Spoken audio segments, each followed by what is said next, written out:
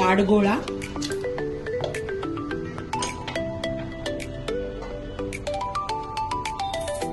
Coconut मलाई, शहाळाचे तुकडे आणि कोकोनट वॉटर.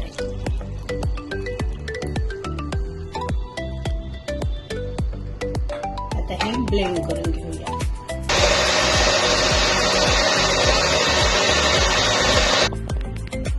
हे बघा, ताडगोळा आणि मलाई आपली कोकोनट वॉटर मध्ये ब्लेंड झालेली आहे. आता आपण त्याच्यामध्ये हा थोडासा लिंबाचा रस आणि 1 टेबलस्पून साखर आणि पुन्हा एकदा ब्लेंड करून घेऊया. हे बघा, आपलं हे कोकोनट ताडगोळा सरबत तयार झालेलं आहे. आता आपण ते सर्व करूया.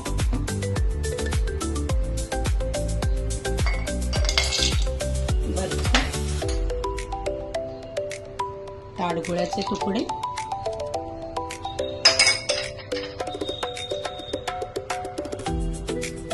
सब्जा बी भिजवलेला,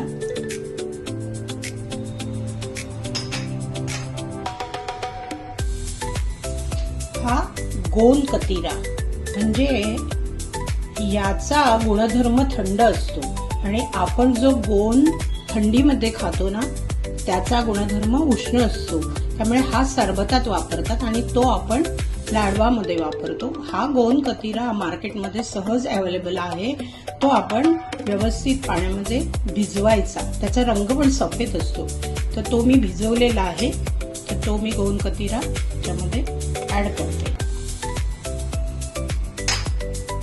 आणि आता आपण जे ज्यूस केलं, कोकोनट ताडगोळा आणि कोकोनट वॉटर, ते त्याच्यामध्ये मिक्स करते.